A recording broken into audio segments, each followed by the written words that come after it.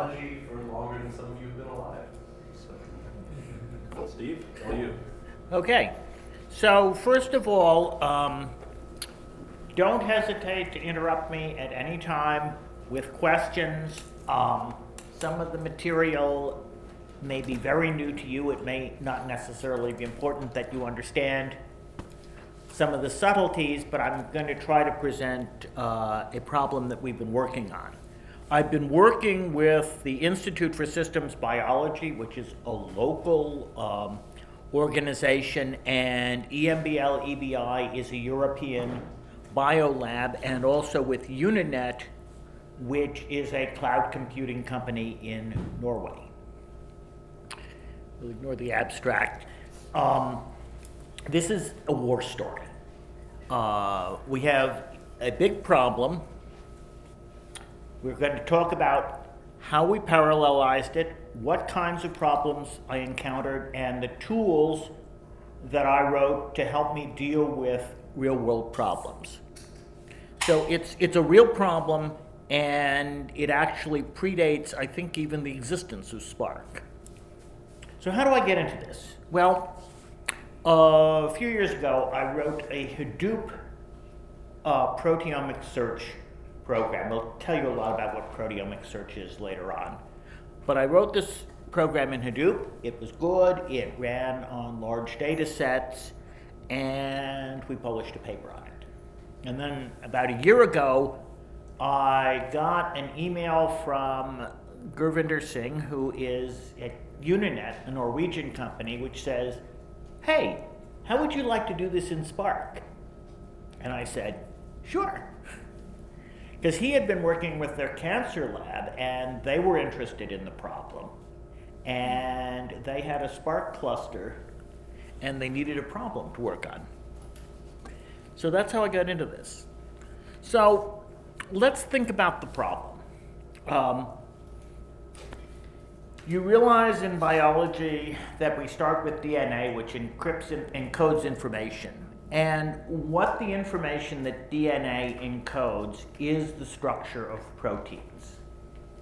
Now, a protein is a string of amino acids. There are 20 amino acids in the body, and so you can represent the structure of a protein as a string with a 20-letter alphabet representing the 20 amino acids in that protein.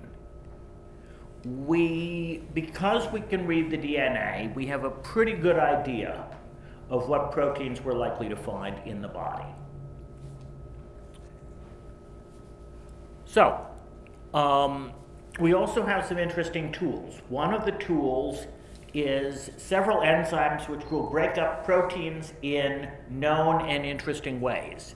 So, we're going to use trypsin a lot, and trypsin is an enzyme which will break a protein after an arginine or a lysine, which are two kinds of amino acids. So if I have something like this, you note there's an arginine here, but it's followed by a proline, so it won't be broken there. And a lysine here, and when I break this up, I'm going to get 4 fragments. If I just dip this in trypsin, it will break things up. That represents digestion. And so, they've developed about 10 years ago a technique called tandem mass spectrometry. And this is a sophisticated technique to look at a sample which contains a number of unknown proteins and figure out what's there. So what you do is you take a sample with a bunch of proteins, you digest it with trypsin, breaking it up into a lot of fragments. You run them through a column which just separates them out so they come out one at a time, and then you stick them in a mass spectrometer. And a mass spectrometer is an instrument which, in ways that I will describe in some later slides, is going to yield a spectrum. And once you have this spectrum, you compare it against all possible spectra from all possible fragments of all proteins that we know about in the human body. And that turns out to be a big computer problem. Okay, back to the mass spectrometer. So our our peptide fragment comes in. We hit it with something which ionizes it, because mass specs only deal with ionized stuff. And then we measure its mass to charge ratio, essentially its mass. After that, we hit it with another thing which breaks up the peptide bonds. So you've got a sequence of peptides and you break up the bonds into a series of fragments. And then the next stage measures the mass to charge ratio of all of these fragments, and it gives you a spectrum, which would look something like this. So we have a series of peaks representing the fragments that we see in the mass spectrometer. So in reality, if you go in the lab, you will take a sample, digest it, run it through your mass spectrometer, and you will get tens to hundreds of thousands of these spectra as you analyze the sample coming through your system. So you get a lot of spectra, and now you have to figure out what they mean. So, where do you start? Well, you go to a well-known site, and they have databases of proteins. You name an organism, human, mouse, yeast, E. coli, all known organisms, and you can download a file with all of the proteins that are there. These are frequently annotated. There are notes because this is biology. Things are never simple in biology. There are rules that are followed most of the time, and then the rules get broken. But in any case, the kinds of numbers you're dealing with, the human protein database is about 20,000 proteins, about 20 million amino acids. In general, in search, you are going to roughly double the size of the database, because for every real protein, you add a protein which isn't in the database, because if you find that, that's telling you that this is just a random find. It's not something that you should look for. These are called decoys, and it roughly doubles your database. And if we deal with multi-organism databases, they can run in the 500 meg range. So the moral is, these are pretty big to start with.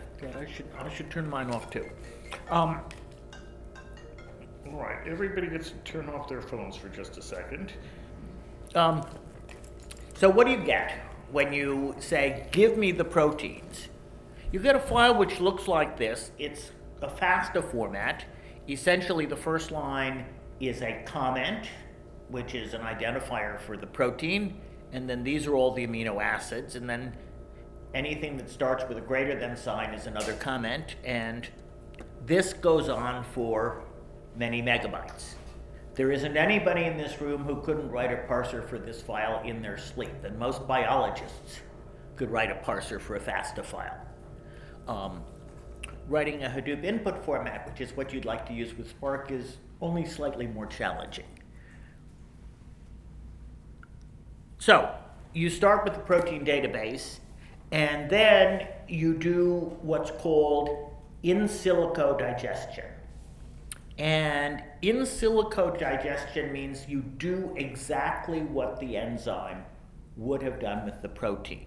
So, you're going to take the protein and break it up like this protein. And again, we break it up with trypsin. I've shown you this slide before, but now you're doing this in the computer to come up with all of the fragments that you expect to see. So you start with a list of fragments, and now you go back and you add chemical modifications. It turns out that there are chemical groups that can bind to amino acids. Sometimes they're there, sometimes they're not. And for every modification you have to generate the fragment with or without the modification. So this right here represents a methionine with a hydroxyl group which has a mass of almost 16 daltons added onto it. These are serines with various modifications added, and modifications increase your search space a lot. Typically, people will ask for somewhere between 4 and 8 modifications, and that number is probably going up. So we did digestion, and, well, almost. Sometimes the trypsin doesn't cleave right, so you tend to stick a couple of fragments together and treat that as a separate fragments. Sometimes breaks occur in other places. You may worry about that, and there are chemical modifications. Sometimes there are isotopes involved which change the masses that you're looking for. And of course, they may or may not be present, roughly doubling your search space. So all of these changes push the number of scored peptides into the tens of millions or even up into the billions. Oh, fragments. So anyway, you have a peptide like this. And this is 10 amino acids.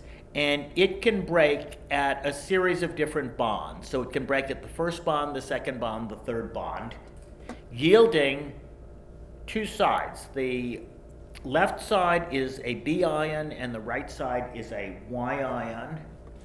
And there will be 20 of these for each possible bond, and you can compute all of their masses. Given that, you can say, if I had the peptide shown in the previous slide, I would expect a spectrum which looks like the upper colored spectrum. And this is something that a computer can readily do, and now we have to compare the measured spectrum with the upper theoretical spectrum. Usually there are a lot more peaks in the measured spectrum, and all you do is you run through the 2 spectra, and if the peaks are close enough, you say there's a match. This is called cross-correlation. So the lines, the peaks that I have in red, and you might not be able to see the text, are ones that line up and all of the others don't.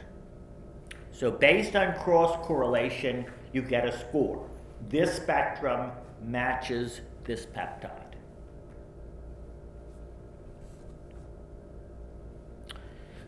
So you take a weighted sum of all of the peaks, and this gives you a score. You score your spectrum against all of the peptides, and the best scoring peptide is assigned to that spectrum. Typically, and this is where we're dealing with biology again, you get a good identification on maybe 20% of your spectrum. The rest of it is just junk. It just works out that way because there's a lot of interesting chemistry that goes on, and we're not modeling the real world quite as well as it turns out to be true. So you're doing a big search. You're going to get some results which are interesting. 20% of your spectra is more than enough to identify the proteins, but there's still a lot of noise in all of this. And why is this a big data problem?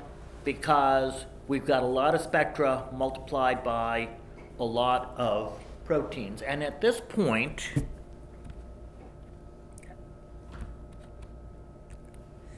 we're going to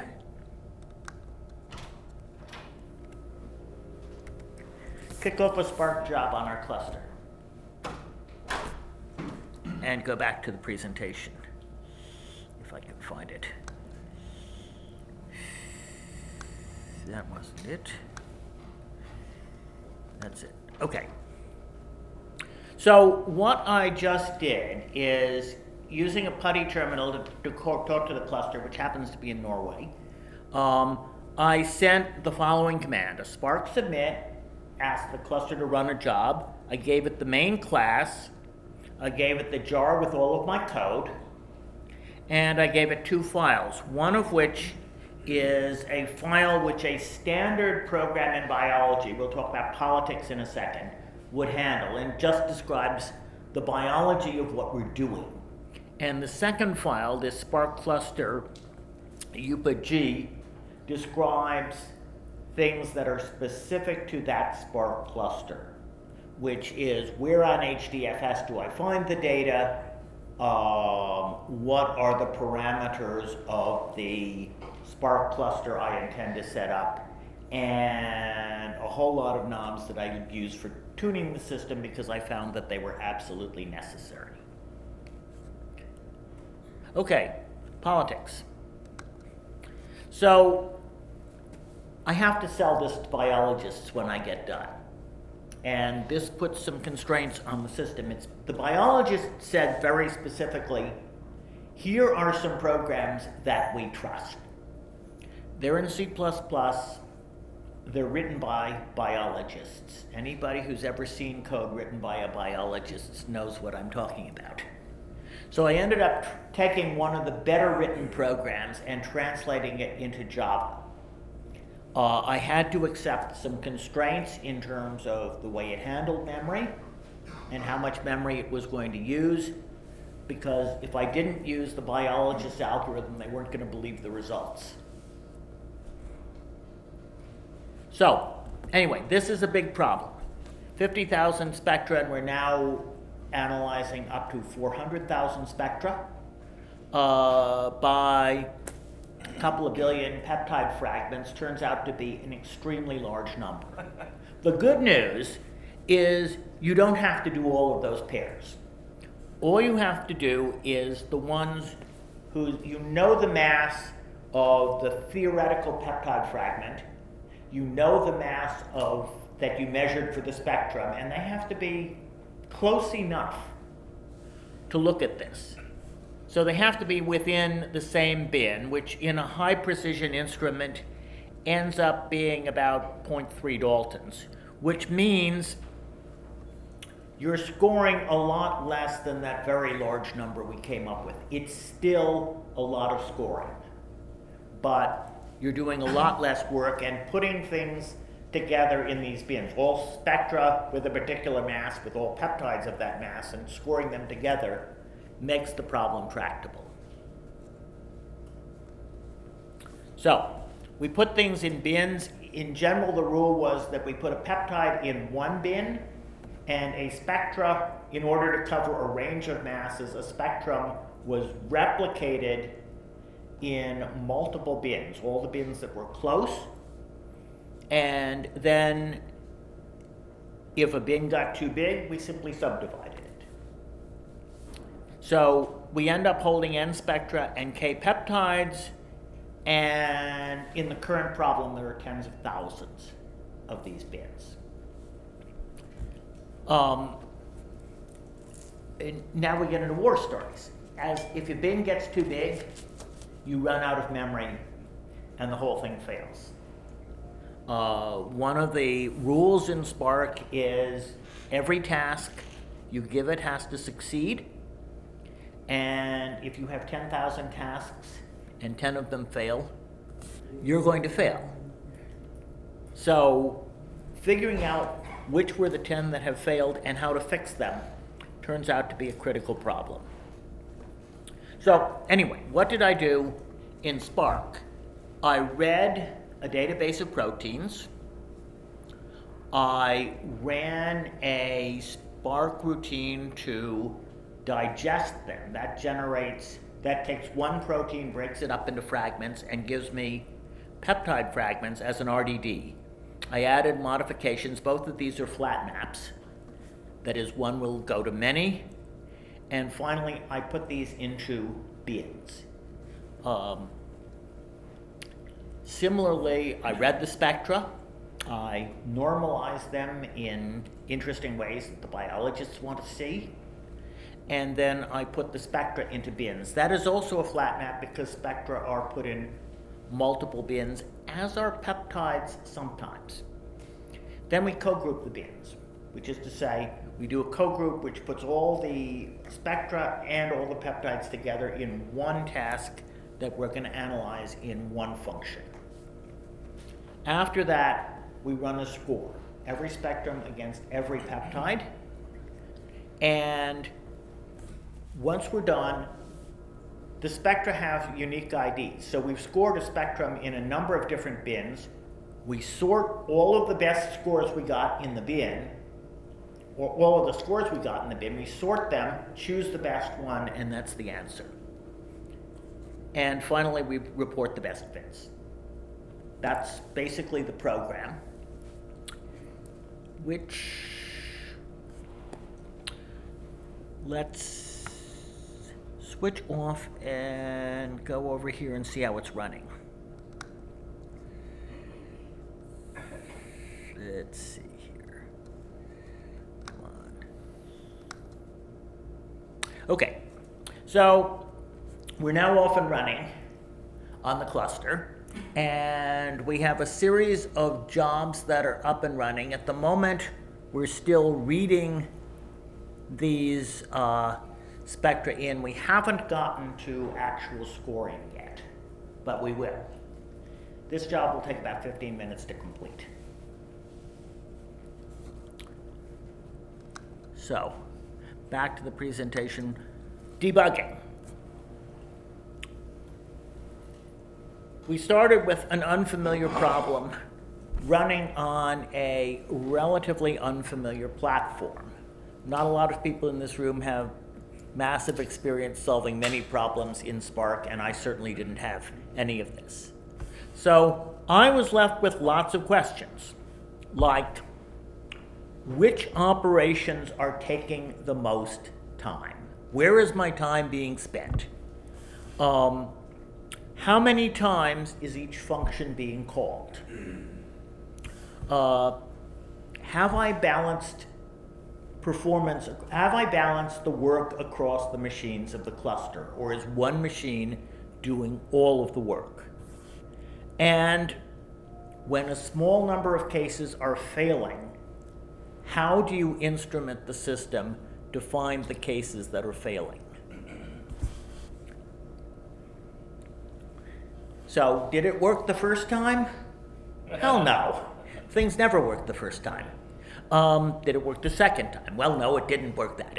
After much work, after we got it to stop crashing and to run a fairly trivial program, we ran a sample that we really cared about, and it took 30 hours real time to run on the cluster, which incidentally the thing would have run in about 4 hours on a single machine. So we weren't doing very well.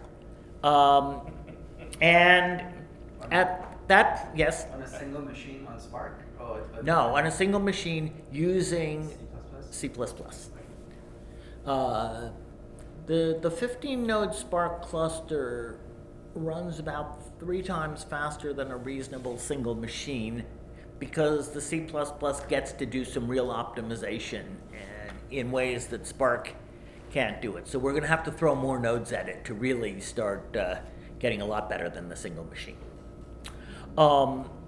At that point, I started looking for tools to figure out what was going on. The biggest thing I found had to do with a bug in my Hadoop input format, which was causing data to be read multiple times.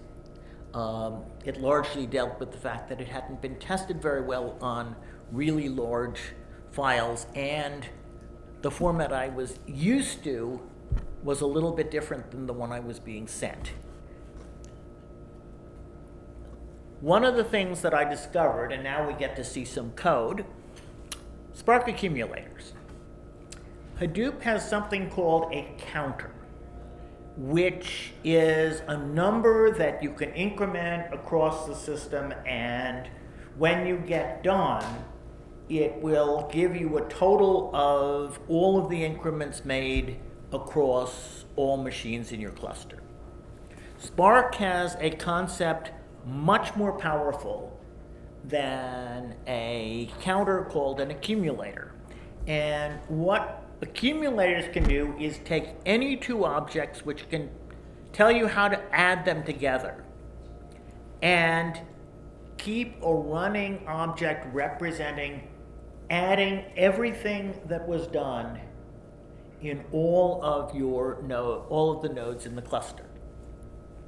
So for example, let's see if we can go full screen here and get rid of that. Let's assume we're back at the word count problem, And we just want to know all of the words that have ever been encountered in a large set of documents. Well, you can keep track of words by just having a set of strings. So all you have to do to make an accumulator for the words is to say, I'm going to create a set accumulator which implements a cum param of a set of strings. And the really tricky method is to say if I have two sets of strings, I add them together by creating a new set, adding all from the second set and returning the new set. There's an add in place which will do essentially the same thing. And 0, if I pass in a value I call 0, what do? I'll return it. That's it. And now to use this, in the middle of your word count, what you can say is, okay, I take my line, I break it up into words. Now I take the words and I add them all. I create a new hash set with all the words and I add them to this accumulator. Done. We now have all of the words that we have ever encountered anywhere in the system. Obviously, I am not interested in word count.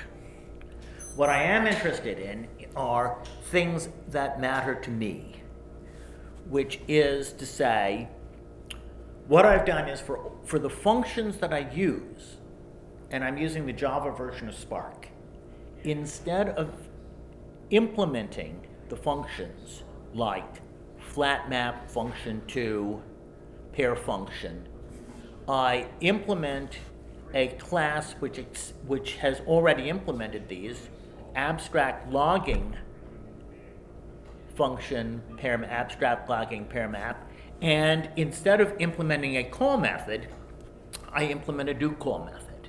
A base class wraps all of this with instrumentation to count how many times it was called, how long it took, and one other thing, which is how many times did it execute on each MAC address, which tells me what machines is it running on. So then my implementation looks like this. This is an ordinary function 2, but we call it an extend abstract logging function 2, implement a do call method, do whatever I'm doing. In this case, I'm choosing the spectral match with the best hyperscore, which turns out to be what you would do to get the best score from once you have all the scores for a spectra, you want to choose the best one by just returning whichever one was best. And this is instrument. What does it give me back? It says, I have this function. I called it 69 million times. It took a total of 29 seconds. It ran on 15 machines, and the variance is the difference between essentially a statistical calculation on how well spread it is. 0 is good, 1 is bad. So 0.5 is pretty good. So let's see how our job is doing.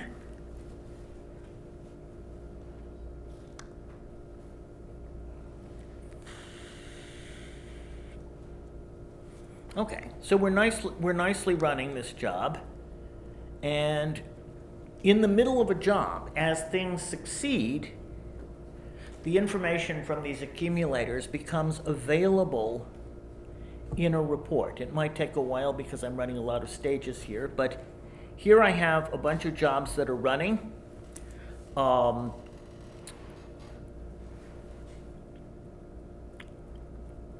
It's still downloading stuff, so I should go back to the presentation and wait for this page to, oh, there it is, okay. So these are my accumulators. So I don't know how much you can read this, but what I'm seeing is the critical time is I have scored this function which scores a single bin that has been called 70,000 times. It's taken 293 minutes, which is order of what? How many hours? 6 hours? Right. 600 CPU hours on 15 machines, And it still has a pretty high variance, probably because not all of the machines have started running this function yet. We've called this split map polypeptides. This is a function which essentially is run for every polypeptide. So we can see we've got about 600 million peptides that we're looking at here, and it took 10 minutes, which is not going to be a big time compared to the 4 hours. One of the things I discovered rapidly with this technique is the scoring function took all the time. You could do anything else you wanted to this job, and you wouldn't affect it unless you could make that scoring function faster. This caused much experimentation in partitioning and counting and trying to distribute scoring better because it wasn't touching the performance of the system. Okay, back to the presentation. That wasn't it. Okay, good. Yeah, that says go back to your running job. Let's see how it's doing. So, what did we do to improve the performance? I fixed some bugs. I discovered that most of the time has been spent in scoring. We ended up using a Parquet database to store the results of digestion, because we're tending to do digestion on the same file every time. That really isn't necessary. You can store it in a database and retrieve it. That saves some time. I discovered that repartition is not a very expensive operation. I discovered that counts are not a very expensive operation. One of the things we did is we got this running. I'm currently running a sample of 10,000 spectra. We got that running 5-6 months ago. And it wasn't that long ago. But my colleague in Norway who is into big computing says, can you do 1 million? And that took a lot of tuning. So far, I can do 400,000 without hitting memory errors. But one of the things that I discovered in scaling up is that I wanted to increase the number of partitions that I was doing, that small numbers of partitions were killing me on memory. So we started off with a default parallelism of 200, we went to 2,000. On my larger problems, the number of partitions I'm using is getting closer to 10 to 30,000, because it's just failing if I start to cut that number.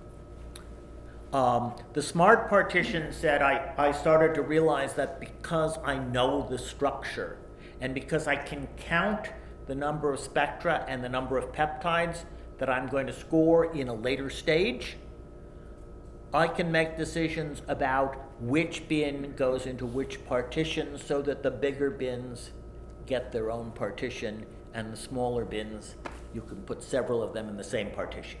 And that made a difference. Question. Yes? What do you mean by Apache database? It is Apache a... files? What? Yes. Well, it's a system... The Parquet file format. Right, Parquet file format, yes. Okay, you don't mean Yeah. a database. Okay. Can you talk a little bit more about partitioning? Yes. I'm not familiar enough with partitioning. Can you talk about the background? When you process an RDD, one of the things that you can give it, normally what it does is if you have a specific number of partitions and there's a default number that is set in the system.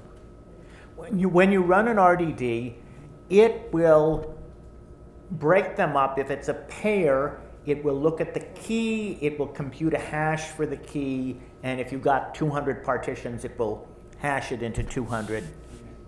But one of the arguments in the SPARK calls allows you to supply your own partitioner. And a custom partitioner can tell you how many partitions you're going to have and how a particular key is going to be assigned to partitions. So you can write your own custom partitioner, and what I ended up doing is I looked at all of my bins and I created, based on the counts, I created a hash table which says if it's in this bin, it goes in this partition. I generated a partitioner and I passed it in and I said, that's what you're going to ask for. So it's taking fine control over the way the thing is run. So you've gotten to 400,000, trying to get to 1 million. What's happening to prevent you from getting there? A small number of samples are running out of memory. And I'm still trying to figure out exactly what are the characteristics of the ones that fail. One of the problems that you run into is that accumulators are absolutely great and you can pass back a ton of data, but you only get it when things succeed. So it's the hard problem of, okay, I did it 30,000 times and 100 of them failed, but I want to look at those 100 rather than the ones that did report. Now, if you have all 1 million and you broke them into, say, 3 batches of 300,000 That would work. So each one independently will Yes, complete? Okay. I believe it will, yes. Interesting. It's just a question of bulk. And this is still on a 15-node cluster? Still on a 15-node cluster. I'm twisting the arms of the people in Norway to raise the number of nodes to, say, 100. See if that helps things. I'm not sure it will. Yeah, I wonder if theoretically, as long as you break it into enough partitions, a small cluster should be able to handle a high number of partitions as well. Just as takes big more ones, time, but, yes. But yeah, it's an interesting challenge that you've hit there. You have me curious now. Okay. I'll take all the help I can get. So, okay, smart partitioning. I talked about smart partitioning. You can count the number of items you are going to process in a partition in advance, because that's a cheap step. And then you can base the bin size, you can base the partitioning on trying to put the same number of operations in each partition, based on what you know. That actually kicked me from maybe being able to do 50,000 to 400,000 on this problem. So these are older numbers. I've gotten things to run better and with larger samples, but roughly we get about a 3-to-1 improvement over a single machine. We think we can do better on a larger cluster. That is, simply adding more nodes should increase the performance of this. We've also done more scoring, but this is 605 million peptides is about the right number, and I think the job is done and we can actually look at some reports on what we scored. Yeah, the job finished. Question. Yes. How does that compare to your Hadoop implementation? That's a good question, because I don't know that I've run the same thing on the Hadoop implementation and the Spark implementation. Steve? Yeah. Could you repeat the question? Sure. How does that compare with the Hadoop implementation? And I'll be honest and say I haven't run the same problem on the two systems. We're using a different lab's data, but I probably should do that. My instinct says that they're probably, also I was running on a different cluster for the Hadoop stuff. My instinct suggests that the numbers are probably fairly comparable. The Hadoop stuff is forced to write to memory at different stages. We use fewer stages in the Hadoop cluster than we used in the Spark implementation. But the critical stage where the scoring was done was pretty similar. The other thing is the algorithms being used are somewhat different. The problem with the Hadoop implementation is it used an algorithm that worked very well for low resolution data, which was largely what you found at the time I wrote it. And now almost all the data is high resolution, and I didn't trust the algorithm that the Hadoop version was using. That is the Java code that did the dirty work of scoring. I could put this back in the Hadoop implementation and figure it out. So when we get done, I get a series of reports. These are, we scored 200 million peptides and 290,000 spectra, and these are the times that functions ran. As you say, many of them ran in the millisecond range, and the one score spectrum with cogroup without hash is the one where the total time was almost, what would that be, 6.5 hours.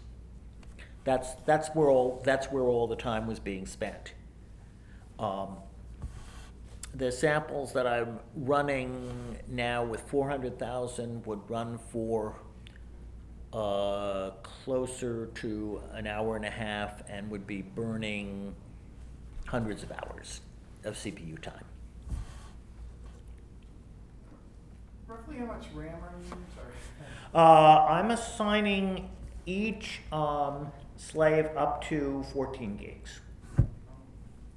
And we played with that number, and we kept trying to raise it. And I'm not sure whether it's a good number, but if you drop it much, things start running out of memory quickly.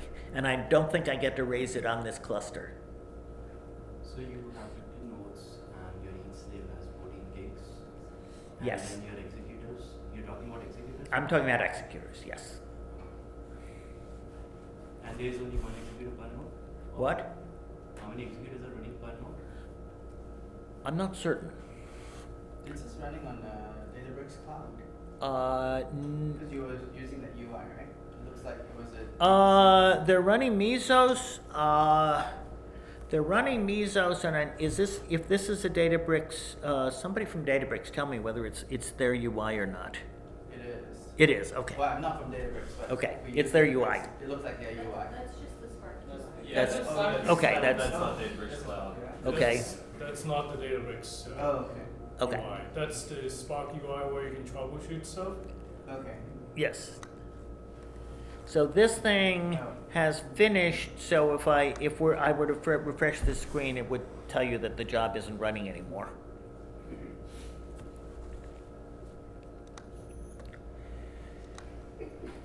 So let's see if I can find my presentation again. Oh, come on. There you are. Okay, so in summary, we have a large problem involving a large number of spectra scored against an even large number of peptides. In the future, we believe that the complexity will increase. We're going to get more spectra because instruments get better. We're going to get more peptides because biologists are going to want to add more chemical modifications and isotopes looking at peptides. Spark is a parallel execution. We can do the search in Spark. We can do better than single nodes. And as we scale the size of the cluster, we expect performance to improve even more. Okay, thank you. Let me take questions.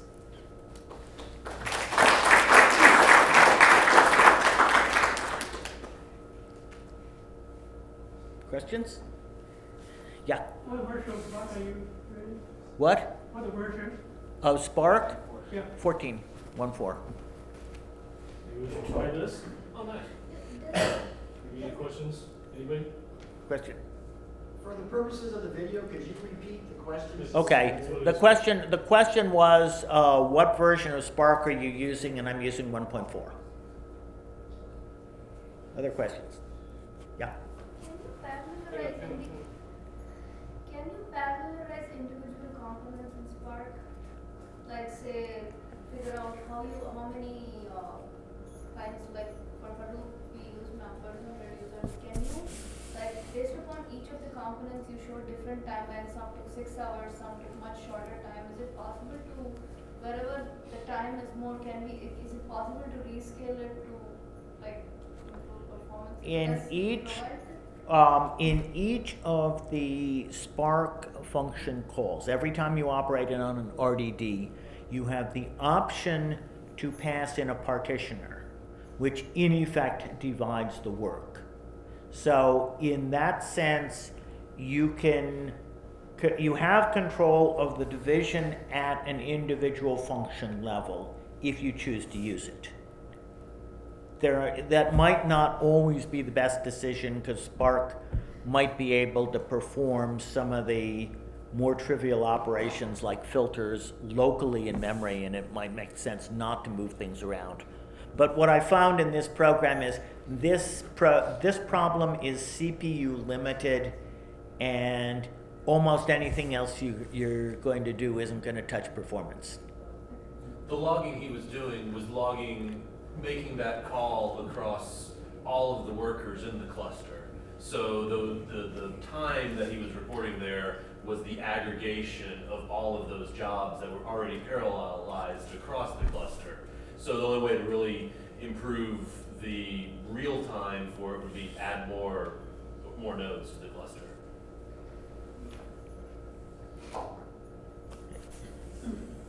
Other quick, yeah? Yeah, what is the workflow of the operator expected to be like? You have someone say, hey Steve, I have some data, I need you to produce a report. Or are you still in the sort of vortex? I can tell you more about the Hadoop version because we haven't gotten this one to that stage. But basically what the workflow for a biologist would be is that they run a program, they fill out a form which talks about the biology.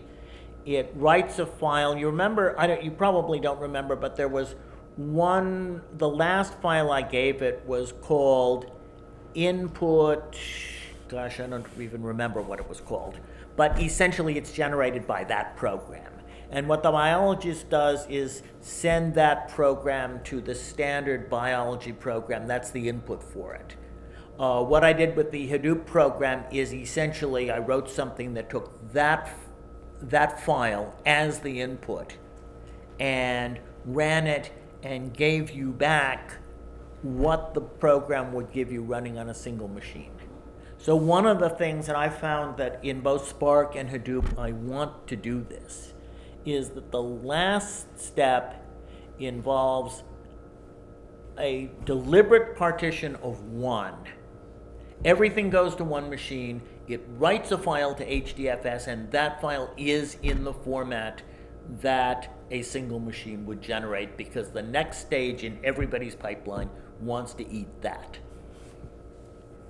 And that rarely takes a huge amount of time. These are not gigantic files when you get done. Okay, I have a question. I have a question. Like when you were saying that you were facing problem while you were scaling up this, basically whenever data getting increased more than 400,000. That's what I could do this morning. Yeah, so yeah. more than 400,000. So what kind of problem you were facing? And and you mentioned about it's some kind of memory problem. Yes. Okay, so to me actually I'm not a biologist, I don't know like much. So to me it's a more like you have a data set A and you have a data set B. Both the data sets are larger. Yes. So you are basically joining these two data sets and trying to get a common data set in between them. Correct. So in order to do that in the parallelized version, one of your data sets need to fit into a memory at least in one node. You've already broken it up into much smaller divisions. And one of the tricks that I have used is if you find that you have a bunch of spectra and a bunch of peptides, they need to score against each other. You need to generate all pairs.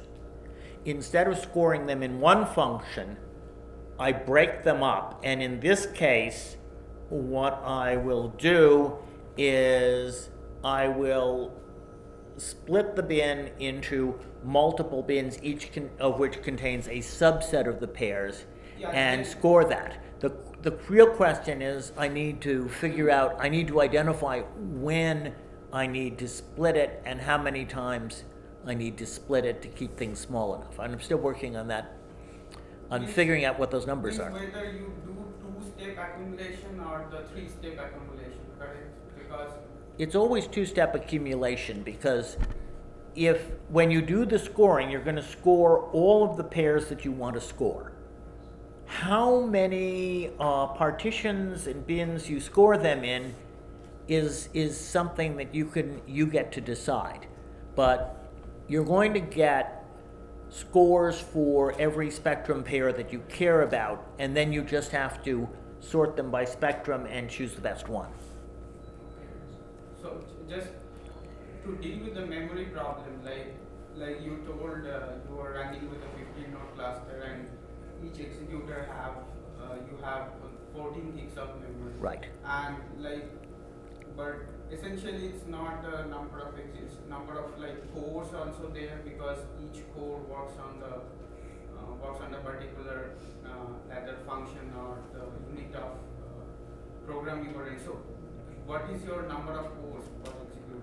Number of what? Number of cores. Cores. Oh, I believe I'm not sure whether it's 4 or 8 cores per node.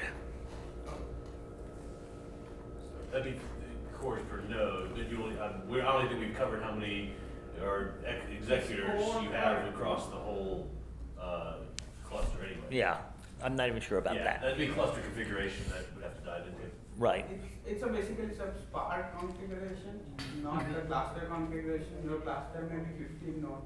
I can say that I need 30 executors, and basically on top of 30 executors I need, suppose, 10 cores. So each executor will be basically segmented into 10 cores. Means 10 parallel. 10 parallel. Well, they're using Mesos for their resource allocation. So based on their total number of core resources across the whole cluster, they'll be able to grant each worker a set number of cores and a set number of memory. That's just be a function. Why I'm saying is that because sometimes this manipulation and balance between the cores and the executors sometimes actually help to resolve the memory problem. If I do not have the given that if I do not have right input format, then it actually cannot make it happen. Okay, that's all. Thank you. You should talk to me offline. Any other question?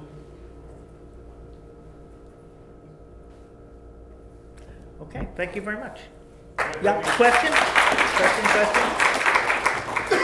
What did you discover at the end? Not something Spark, but in terms of biology. Wait, in terms of biology, what's been discovered? Yeah. Oh God, this is a technique. It's been used. The people in Norway, the biologists who are doing this, are in the Cancer Institute. So they would probably be looking at certain proteins that we're really interested in terms of cancer cells and how they replicate. But there's a lot of other problems that this is relevant to. It's a tool. Thanks, Steve.